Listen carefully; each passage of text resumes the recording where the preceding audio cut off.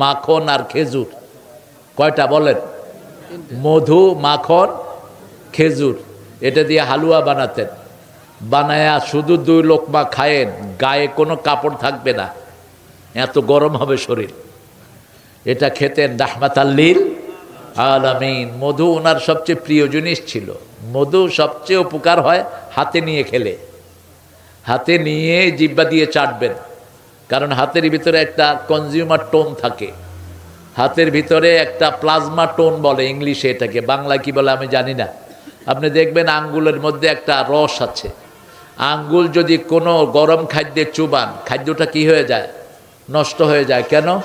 আঙ্গুলের ভিতরে একটা টোন, একটা রস আছে। তো এই রসটা যখন আপনার জিহ্বার সাথে মিলিত হয়, সবচেয়ে বেশি কাজ হয়, শরীরটা সুস্থ হয়ে ওঠে। রাসূল সাল্লাল্লাহু আলাইহি ওয়াসাল্লাম সকালে খেতেন মধুটা। সকালে হাতের তালুতে মধু নিয়ে এরকম চেটে খেতেন, 3 বার চাটতেন। কয়বার? 3 বার। তিনি কোনো খাওয়ার পরে আঙ্গুল কয়বার চাটতেন? 3 বার। আর বলতেন, তুমি যদি না চাটো তোমার আঙ্গুল আরেক ভাইয়ের মুখে দাও, যাতে ওই ভাই চেটে খেতে পারে। তার মানে আঙ্গুলের ভিতরে কি মধু! এখন ডাক্তাররা বলছে যারা আঙ্গুল চেটে খাবে এদের পেটে কোনো রোগ হবে না। আরো আস্তে কোন সুবহানাল্লাহ। প্লেট চাটবেন যত, শরীর ভালো থাকবে তত, মুখের রসগুলো বের হয়। আর যারা প্লেট চেটে খায় না এদের রোগ সারে না কখনো। আপনি দেখবেন হোটেলের মেসিয়ারগুলো শরীর থাকে এরকম মোটা, কারণ ওরা দেখ কি করে, মুছে খায়। আর যেটা ম্যানেজার ওটা শুকনা, ওটা শরীরে কিছু যায় না। রাসূল বলছেন কোনো খাওয়ারের প্লেটে কিছু রেখে দিবা না, লা তাতরুকা লিশ-শায়তান। যেটা আপনি খাওয়ার টেবিলে ফেলে রাখবেন এটা শয়তানে খায়। কে খায়? শয়তানে খায়। এজন্য প্রত্যেক ঘরে 3টা সুন্নত মানবেন। যখন ঘরে আপনি বের হবেন দরজাটা লাগিয়ে রাখবেন। দ্বিতীয়, খাওয়ার পাত্র, পানীয় পাত্র কি করবেন? ঢেকে রাখবেন, কখনো খালি রাখবেন না। তৃতীয়, যখন শুইতে যাবেন বিছনাটা ঝাড়ু দিবেন আর লাইটটা অফ করে দিবেন। এটা রাসূলের সুন্নাহ। কোন সূরা ছাড়া নামাজ হয় না? তো এটা বলতে এত দেরি হলো কেন? কোরআন শরীফের সূরা যেটা 1 নাম্বার, ওটা সওয়াবের দিক থেকে 1 নাম্বার, বরকতের দিক থেকেও 1 নাম্বার, শ্রেষ্ঠত্বের দিক থেকেও 1 নাম্বার। এই জন্য রাসূল সাল্লাল্লাহু আলাইহি ওয়াসাল্লাম যখনই কোনো সালাত পড়তেন, সালাতের মধ্যে তিনি পড়তেন সূরাতুল ফাতিহা। আর তিনি বলছেন লা সলাতা ইল্লা বিসূরাতিল ফাতিহা। সূরা ফাতিহা ছাড়া কোনো নামাজ কবুল হয় না। এই জন্য আমাদের দেশে কিছুদিন আগে ঠেলাঠেলি লাগছে জানা যায় সূরা ফাতিহা নিয়ে। সাহাবীরা পড়তেন, আপনি পড়বেন, পড়াটাই সহি। পড়াটাই কি সহি। কিন্তু কেউ কেউ ইখতিলাফ করেছেন, বলছে যে জানাজাটা একটা দোয়া, সেই জন্য সূরা ফাতিহা পড়তেই হবে, এই এমবার্গো নিষেধ। কিন্তু যেহেতু সাহাবীরা পড়েছেন আমরা পড়ব, ঠিক তো? সূরা ফাতিহার চেয়ে বড় দোয়া পৃথিবীতে আর একটাও নাই। একটা মুর্দার জন্য যদি এই দোয়া নসিব হয় তো কপাল খুলে যাবে। আপনি কি দোয়া বানাবেন? আল্লাহ তো বানিয়ে দিয়েছেন। এই জন্য এটা দোয়া করলেও তো এই দোয়া থেকে আপনি মাহরুম হলেন কেন? আমরা যেন সূরা ফাতিহা সবসময় পড়তে পারি, আল্লাহ তৌফিক দান করুক। এবার বলেন, সূরা ফাতিহার পরে কোন সূরাটা রাসূল সবচেয়ে বেশি পড়তেন? বলেন। সূরা ইখলাস। কোন সূরা? সূরা ইখলাস 10 বার পড়লে জান্নাতে একটা বাড়ি হয়ে যায়। পায়ের সাথে পা মিলিয়ে দাঁড়ালে জান্নাতে একটা বাড়ি হয়ে যায়। কিন্তু আমাদের ইমামরাও জানে না এই হাদিসটা, আর আমলও নাই। পা লাগাইলে অনেকে মনে করে যে বেয়াদবি করতেছে, আছে না? কিন্তু পা লাগানোটা কি বলেন তো? সুফুফাকুম ফাইন্না তাসবিয়াতাস সুফুফ মিন তামামিস সালাত সাওয়ু ইস্তাউ ওয়া'তাদিলু তারাসাউ ওয়াসাদ্দুল খালাল। তোমরা কাতারের মধ্যখানে গ্যাপটা বন্ধ করো, মিলে মিলে দাঁড়াও, কাতার সোজা করো, কাতারকে ভারসাম্যপূর্ণ করো। যার কাতার সোজা হয় না তার অন্তর বাঁকা হয়ে যায়। অন্তর বাঁকা হয়ে গেলে তুমি ইসলাম থেকে খারিজ হয়ে যেতে পারো। সলাৎটা হলো ইসলামের টিকে থাকার সবচেয়ে বড় স্তম্ভ। যার সলাৎ নাই আল্লাহর সাথে তার কোনো সম্পর্ক নাই। সলাৎ আছে, আল্লাহর সাথে সম্পর্ক আছে। সলাৎ হলো জান্নাতে যাওয়ার জন্য 1 নম্বর মাধ্যম। কেন জাহান্নামী হলা জিজ্ঞেস করবে আল্লাহ। সূরা মুদ্দাসসিরের শেষে আল্লাহ বলছেন, ইয়াতাসাআলুনা আনিল মুজরিমিন মা সালাকাকুম ফি সাকার ক্বালু লাম নাকু মিনাল মুসাল্লিন আলাম নাকু নুত'আমুল মিসকিন কুন্না নাখুদু মা'আল খাইদিন কুন্না নুকাযযিবু বিয়াউমিদ্দিন। জাহান্নামে যাওয়ার 4টি কারণ। কয়টি? 4টি। কে বলছেন? আরে জোরে বলেন না কেন?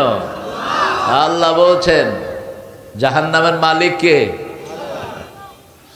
আমাদের কোন নেতা যদি জাহান্নামের মালিক হইতো আমগরে আগে ঢুকায় দিত জাহান্নামে। যেমন আবু জেহিল্লা রাসূলকে জাহান্নামে ঢুকায় দিছে একবার। যখন আয়াত নাজিল হলো এই সূরা মুদ্দাসসির আলাইহা 19 জাহান্নামের ফেরেশতা হবে কয়জন? 19 জন। কয়জন? 19 জন।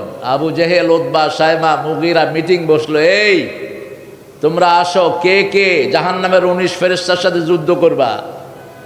এক পালোয়ান উঠে বলল, আমি 10 জনের সাথে যুদ্ধ করব, 10 জনকে আমি ঠেকায়া দেব। বাকিরা বলল যে আমরা 9 জনকে ভাগ করে নিলাম, মরার পরে জাহান্নাম আমরা দখল করে মুহাম্মদের উম্মত সবগুলোরে জাহান্নামে ঢুকায়া দেব। নাউজুবিল্লাহ কইলেন না? আর আমরা গিয়া কোথায় বসে থাকবো? জান্নাতে বসে থাকবো। কি ফুর্তি! রাসূল সাল্লাল্লাহু আলাইহি ওয়াসাল্লামকে সাহাবায়ে কেরাম জিজ্ঞেস করলেন, ইয়া রাসূলুল্লাহ, একজন ফেরেশতার সাইজ কত? এরা যে বলল ফেরেশতার সাথে এরা পারবে। ফেরেশতা কত? একজন সবচেয়ে ছোট্ট ফেরেশতার সাইজ কত? রাসূল সাল্লাল্লাহু আলাইহি ওয়াসাল্লাম বললেন, সবচেয়ে ছোট ফেরেশতা হলো উহুদ পাহাড়ের সমান। আরো আস্তে কত সুবহানাল্লাহ। উহুদ পাহাড় কদ্দুর? 10 মাইল লম্বা, 2.5 মাইল চওড়া। এই হলো সবচেয়ে ছোট ফেরেশতা। ফাইট করবি মূর্খের গোষ্ঠী। আর বড় ফেরেশতা কদ্দুর? হামালাত আরশিহি সামানিয়া, আরশ বহন করবে 8 জন ফেরেশতা। কয়জন? 8 জন। রাসূল বললেন, আমি একজনকে দেখতে চাই। কত বড়? মেরাজে আল্লাহ বললেন, এ মুহাম্মদ তুমি দেখো। রাসূল বলছেন, আমি দেখলাম আরশ বহনকারী এক ফেরেশতা। একজন ফেরেশতাকে আল্লাহ দেখালেন, তার হাত থেকে ঘাড় পর্যন্ত দূর হলো 700 মাইল। 700 বছর ঘোড়া চললে ওইটার দূরত্ব শেষ হবে না। আরো আস্তে কন সুবহানাল্লাহ। এই হলো বড় একজন ফেরেশতার নমুনা। আর সবচেয়ে বড় ফেরেশতার নাম বলেন? জিবরাইল আমিন। কি নাম? জিবরাইল আমিন। রাসূল জিজ্ঞেস করলেন, হাউ বিগ ইউ আর? তুমি কত বড়? জিবরাইল আমিন, আপনি কত বড় একটু আমাকে ধারণা দেন। রাসূল সাল্লাল্লাহু আলাইহি ওয়াসাল্লামকে বলা হলো, আপনি আকাশের দিকে তাকান। রাসূল সাল্লাল্লাহু আলাইহি ওয়াসাল্লাম আকাশের দিকে তাকালেন, দেখলেন পুরো আকাশ অন্ধকার। রাসূল সাল্লাল্লাহু আলাইহি ওয়াসাল্লাম বললেন, আমি কিছুই দেখছি না। বলছে, আবার তাকান। এবার দেখে আকাশ পরিষ্কার। আগে কেন অন্ধকার ছিল? জিবরাইল আমিন আলাইহিস সালাম বললেন, আমার একটা ডানা আমি একটু খুলেছি, সারা আকাশ অন্ধকার হয়ে গেছে। এরকম আল্লাহ আমাকে 600 ডানা দিয়েছেন। কয়শো? আরো আস্তে কর। কয়শো? 600। সেই ফেরেশতার সাথে লাগবেন তো নাকি? মূর্খের গোষ্ঠী। এবার জিজ্ঞেস করলেন, তুমি কত দ্রুত? জিবরাইল আমিন, আপনি কত দ্রুত? কিভাবে আপনি 7 আসমান থেকে জমিনে নেমে আসেন? রাসূল সাল্লাল্লাহু আলাইহি ওয়াসাল্লামকে তিনি বললেন, আমি কত দ্রুত জানি না। ইউসুফ আলাইহিস সালামকে যখন 10 ভাই 11 ভাই মিলে কূপে ফেলে দেয়, আল্লাহ সিদরাতুল মুনতাহায় আমাকে বললেন, কূপের নিচে একটা পর ধরো, যাতে করে ইউসুফের পাটা কুয়ায় না লাগে। আমি এখান থেকে ইউসুফের পায়ের নিচে হালকা একটু পর ধরেছি, উনি ওখানে ল্যান্ড করেছে, ওনার শরীরে কোনো দাগ লাগে নেই। কি দ্রুত! এই যে আকাশ যেটা দেখছি আমরা আকাশ দেখি না। আকাশ দেখার ক্ষমতা পৃথিবীর কোনো মানুষের নাই, একটা অবয়ব আমরা দেখি। রাসূল বলছেন, তিরমিজিতে এসছে সহিহ বর্ণনা, জমিন থেকে আকাশের দূরত্ব হলো 500 বছর। 500 বছর যদি একটা দ্রুতগামী ঘোড়া চলে তাহলে প্রথম আকাশে যেতে পারবে। সুবহানাল্লাহ নাই?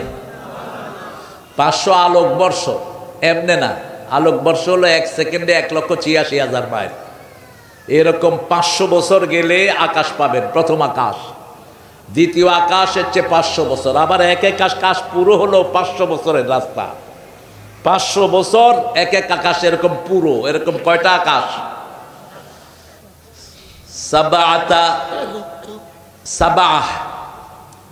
সাবআ সামাওয়াতিন তিবাকা, আমি 7টা আকাশ থরে থরে বানিয়ে রেখেছি। ও মিসলুহুন, 7টা আকাশ বানিয়েছেন। ওয়াল আরদ মিসলুহুন, আরদ জমিনও 7টা, আকাশও 7টা। জমিন নিচের দিকে, আকাশ উপরের দিকে। সে আল্লাহ রাব্বুল আলামিন বলছেন, 16 নম্বর সূরা হলো সূরা নাহাল। কোন সূরা? সূরা নাহাল। নাহাল মানে কি বলেন? মৌমাছি। কি নাম? মৌমাছি। মৌমাছি কোথা যাও? নাচি নাচি। দাঁড়াও না একবার ভাই, ওই ফুল ফুটে বনে যাই মধু আহরণে, দাঁড়াবার সময় তো নাই। মৌমাছি একটা ফুলে 24,000 বার ঘুরে। কয় হাজার? 24,000 বার ঘুরে মধু নেয়। মৌমাছি কোনো অপরিপক্ক ফুলে বসে না। মৌমাছি, এক মৌমাছি যে ফুল থেকে মধু নেয়, অন্য মৌমাছি সেই ফুলে কখনো বসে না। মৌমাছিটা নেতৃত্ব মেনে চলে, একজন নারীর, রানীর আন্ডারে থাকে তারা। রানী যেভাবে কথা বলে সেভাবে তারা চলে। মৌমাছির মুখের যে লালা, এটাই আমাদের মধু। এটা আমাদের কি? মধু। ফিহে শিফাউন লিন্নাস। রাসূল সাল্লাল্লাহু আলাইহি ওয়াসাল্লামের সবচেয়ে প্রিয় খাবার ছিল 2টা, দুধ আর মধু। জান্নাতে 2টা নহর থাকবে, দুধ আর মধু। অন্য কিছুর নহর থাকবে না, দুধ আর মধু। এরপরে শারাবুন মিন জানজাবিল, আগে খেতে দিবেন আদার শরবত। কিসের শরবত? আদার শরবত। কেন? আদা সব রোগের দাদা। সব রোগের কি দাদা? এটা কোরআনের কথা। শারাবুন মিন জানজাবিল। প্রথম ডানপন্থীদেরকে বড়ই খাওয়াবেন আল্লাহ। সূরা ওয়াকিয়া। আসহাবুল ইয়ামিন মা আসহাবুল ইয়ামিন ফি সিদরিম মাখদুদ ওয়া তালহিম মাদুদ ওয়া দিল্লিম মামদুদ ওয়া মাইম মাসকুব ওয়া ফাকিহাতিন কাসীরাতিন লা মাকতুআতিন ওয়া লা মামনুআ ওয়া ফুরুশিম মারফুআ إنا أنشأناهن إنشاء فجعلناهن أبكارا عربا أترابا لأصحاب اليمين বলেন আমিন। আপনারা তো আমিন বেশি বলা লোক, জোরে বলেন আমিন। আমিন জোরে বললে কি হয়? আবু হুরায়রার বর্ণনা, ইযা ওয়াফাকাল আমিনু মাআল মালায়েকা গফিরা লাকা মা তাকাদ্দামা মিন যামবিক। আপনার আমিনের সাথে ফেরেশতার আমিন মিললে আপনার সব গুনাহ আল্লাহ মাফ করে দিবেন। থাক ডানপন্থী, আল্লাহ যেন আমাদেরকে ডানপন্থী হিসেবে কবুল করেন। ডানপন্থীদের সাথে থাকবেন। ডানপন্থীরা খাবে কি? প্রথম হলো বড়ই। প্রথম কি? বড়ই, সেদের।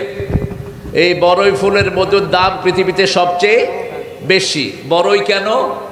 এখন বড়ই সিজন, বেশি করে বড়ই খাবেন। রোগ প্রতিরোধ ক্ষমতা সবচেয়ে বেশি থাকে এই বড়ইয়ের ভিতরে। বড়ই খাবেন, রোগ ধরবে না, রোগ আপনাকে কাবু করতে পারবে না, আপনার শরীরটা ভালো থাকবে। সিদের।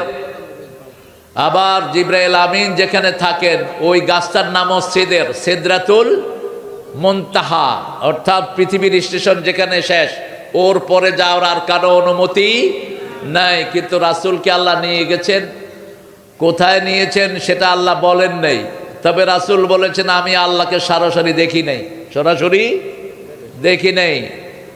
লাম আরাহু আন্নাহু নূর, তিনি নূর দেখেন নাই, তবে কতটুকু ছিলেন, কোথায় ছিলেন, কি জন্য নিয়েছেন সেটা সূরা বনী ইসরাঈলের শুরুতে আল্লাহ বলে দিয়েছেন। সুবহানাল্লাযী আসরা বিআবদিহি লাইলাম মিনাল মাসজিদিল হারাম ইলাল মাসজিদিল আকসাল্লাযী বারাকনা হাওলাহু লিনুরিয়াহু মিন আয়াতিনা ইন্নাহু হুয়াস সামিউল বাসীর।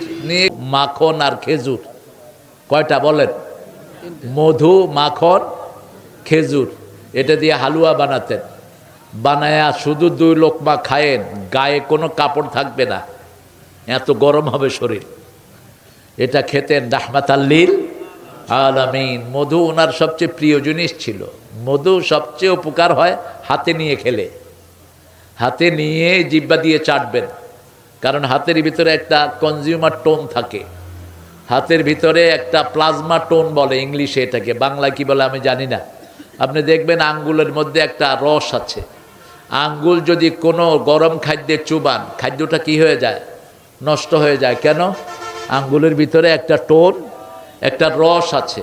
তো এই রসটা যখন আপনার জিহ্বার সাথে মিলিত হয় সবচেয়ে বেশি কাজ হয়, শরীরটা সুস্থ হয়ে ওঠে।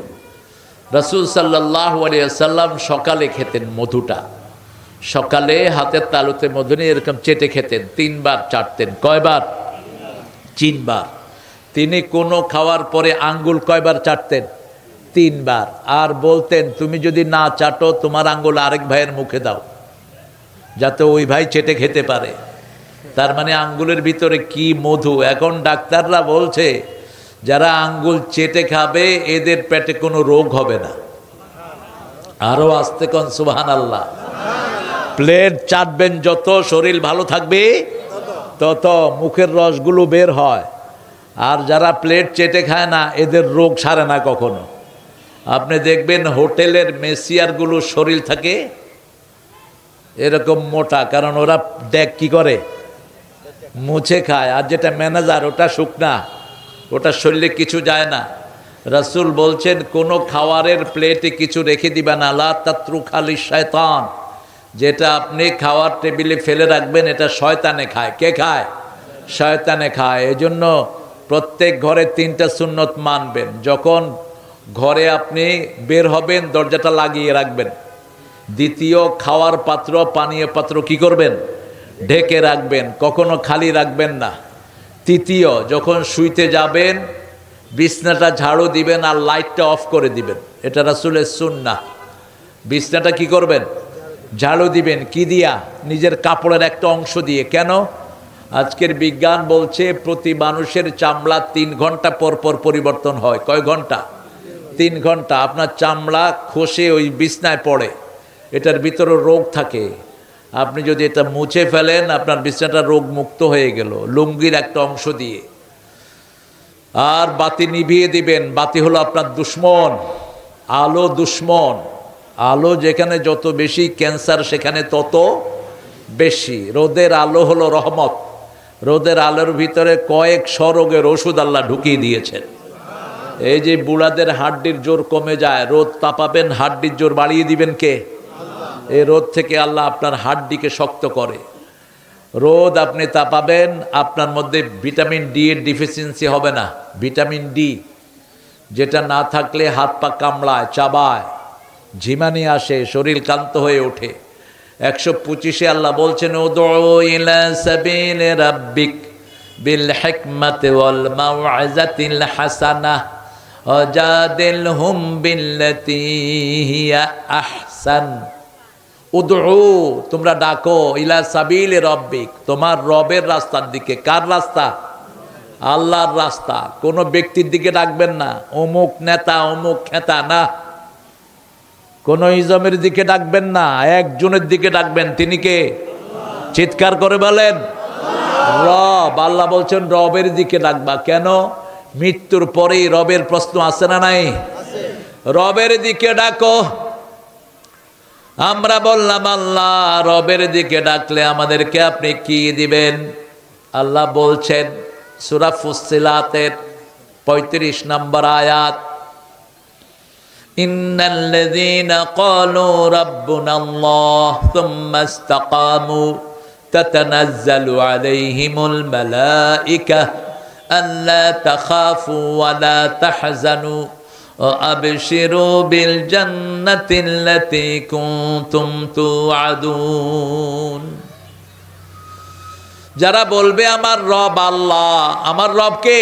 আল্লাহ। নামাজে আমরা বলি, ইমাম সাহেব বলেন সামি আল্লাহু লিমান হামিদা, আমরা বলি রাব্বানা লাকাল হামদ। রাসূল বলছেন যখনই কেউ বলে রাব্বানা লাকাল হামদ, তার জীবনের গুনাহগুলো মাফ করে দেন কে? এরপরে আমরা পড়ি একজন সাহাবীর দোয়া, পড়েন হামদান কাসীরান তাইয়্যিবান মুবারাকান ফীহি। এটা একজন সাহাবী পড়েছেন রাদিয়াল্লাহু আনহু। রাসূল বলেছেন আমি দেখেছি অসংখ্য ফেরেশতা এটা সওয়াব লেখার জন্য কাড়াকাড়ি করতেছে, কিন্তু রাসূল কি পড়তেন বলেন? আর কি পড়তেন? ওটা তো সাহাবীর দোয়া, রাসূলের দোয়া। বলেন মিলউল আরদ মিলউস সামাওয়াত মিলউ মা শি'তা মিন বা'দ আহলুস সানাই আল majd আনতা হাক্কু মা ক্বালা লাকাল আবদ কুল্লুনা লাকা আবদ আল্লাহুম্মা লা মানিআ লিমা আতাইত ওয়া লা মু'তিয়া লিমা মানাআত ওয়া লা ইয়ানফা'ু জাল জাদ্দ মিনকাল জাদ। এদুর পড়তেন রাহমাতাল লিল আলামিন। এমনি তো নামাজ একটু লম্বা হইলে কয়টা লামাযহাবি কথা কয় না কেন? হ্যাঁ, তোমরা কি মাযহাবি? বানাইছে একটা লামাযহাবি। সব সাহাবীরা তো লামাযহাবি ছিল, চার ইমামও তো লামাযহাবি। ইমামরা জানেই না যে মাযহাব তৈরি হয়েছে, কথা কন না কেন? ইমাম আবু হানিফা কোনোদিন জানে না ওনার নামে একটা মাযহাব হয়েছে। ইমাম শাফি জানেন না ওনার নামে একটা মাযহাব হয়েছে। ইমাম আহমদ বিন হাম্বল জানেন না ওনার নামে মাযহাব হয়েছে। এটা পরবর্তী পর্যায়ে আমরা এটাকে রূপ দিয়েছি, এক একজনের স্কুল অফ থট আমরা এভাবে বানিয়ে নিয়েছি। কিন্তু এরা সবাই ছিলেন হাদিসের উপর আমলকারী, আলহামদুলিল্লাহ বলেন। এরা সবাই ছিলেন আহলে হাদিস। এরা কি ছিলেন? আহলুল হাদিস। আহলে হাদিস ছাড়া আপনি নাজাতও পাবেন না। আহলে হাদিস, প্রত্যেক মুসলমানই আহলে হাদিস, ঠিক না বা ঠিক?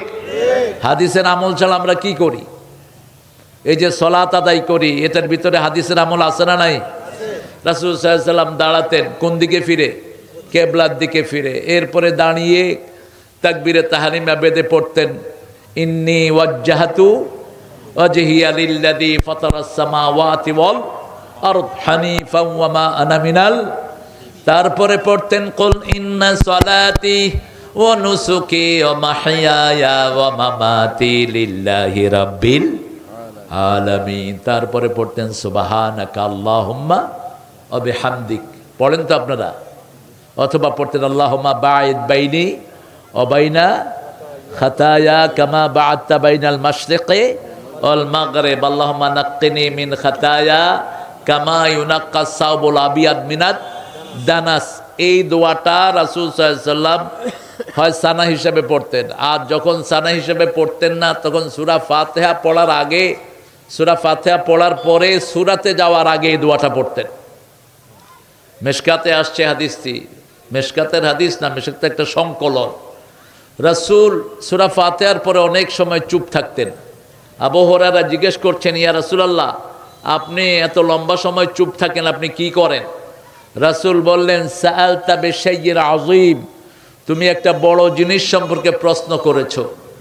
আমি সূরা ফাতিহার পরে একটা দোয়া পড়ি, এই দোয়াটা পড়েন, আল্লাহুম্মা বাঈদ বাইনি ওয়া বাইনা খাতায়া কামা বা'আদতা বাইনাল মাশরিকি ওয়াল মাগরিব। কি সুন্দর দোয়া! আল্লাহ, আমার মধ্যে আর ভুলের মধ্যে পূর্ব পশ্চিমে যত দূরত্ব, এত দূরত্ব আপনি পয়দা করে দেন। আমার শেখ চলে যাচ্ছে, শেখের তো নামও এখানে দেননি আপনারা। কি নাম? আবুল বাশার বিন আব্দুল কাদের। আবুল বাশার বিন আব্দুল কাদের ভাই হাফেজাহুল্লাহ। আমি তো লিফলেটে নাম পাইনি, অ্যাড্রেসও করতে পারিনি। বড় দামি একটা হাদিস আপনাদেরকে শুনিয়ে গেছেন, 81 নম্বর মুসলিমের। এটা মাইলস্টোন, আপনি মোমেন কুদ্দুর। এটা হাদিসটা হলো ব্যারোমিটার। মান রাআ মিনকুম মুনকারান ফালিয়ুগাইয়িরহু বিয়াদিহি। চলে যাবেন, আছেন আকরামাকাল্লাহ শাররাফাকাল্লাহ। এই হাদিসটা ব্যারোমিটার। এটার সাথে নাসাই শরীফের আরেকটা হাদিস যোগ করা হয়েছে, লা ইয়াবকাল ঈমানু বা'দা যালিকা মিসলা হাব্বাতা খারদাল। এই আপনি এই তিনটার পরে সরিষা পরিমাণ ঈমানও কারো বাকি থাকে না। আপনি হয় হাত দিয়ে প্রতিহত করবেন, হাত দিয়ে প্রতিহত না করতে পারলে জিহ্বা দিয়ে প্রতিবাদ করবেন। কি দিয়ে? জিহ্বা দিয়ে। সেটাও যদি না পারেন, আপনি পরিকল্পনা করবেন যাতে ইসলাম বিরোধী কোনো কাজ আমার সমাজে না চলে। ঠিকটা বা ঠিক? এই মনের যেই পরিকল্পনা, এটা হলো আদাফুল ঈমান। এটা হলো ঈমানের সবচেয়ে দুর্বলতম পর্যায়। এরপরে সরিষা পরিমাণ ঈমানও বাকি থাকে না। আল্লাহ আমাদেরকে ঈমানের উপর থাকা তৌফিক দান করেন। আমাদের আরেকজন প্রিয় ভাই অধ্যক্ষ কামরুল হাসান মিলন হাফেজাহুল্লাহ, তিনি আপনাদের মাঝে আসছেন। আল্লাহ তাকে ইসলামের জন্য কবুল করুক। জোরে বলেন আমিন। এ দুয়ার সবার জন্য খোলা, ইসলাম সবার জন্য অবারিত। ঠিকটা বা ঠিক? কোনো মাহফিলে কাউকে বাধা দিবেন না। কোনো অমুসলিমও যদি আসতে চায়, তার জন্য মসজিদের দরজাও খুলে দিবেন। মসজিদে যদি কোনো হিন্দু আসতে চায়, ঢুকতে পারবে তো? দেখি এরা কি কয়, কি কন আপনারা? হ্যাঁ, পারবে না? রেফারেন্সটা মুখস্থ রাখেন। সূরা আল ইমরানের 96 নম্বর আয়াত। কত নম্বর? 96। ইন্না আউওয়ালা বাইতিন উদিআ লিন-নাস লাল্লাযী বিবাক্কাতা মুবারাকা। এই একটা চেয়ার দাও। আমাদের অসংখ্য ছাত্রের স্যার, আবার ওনার স্যার হলো আমার জসিম ভাই। আলহামদুলিল্লাহ বলে। জসিম ভাইয়ের এত সিনিয়র, জসিম ভাই ঢাকা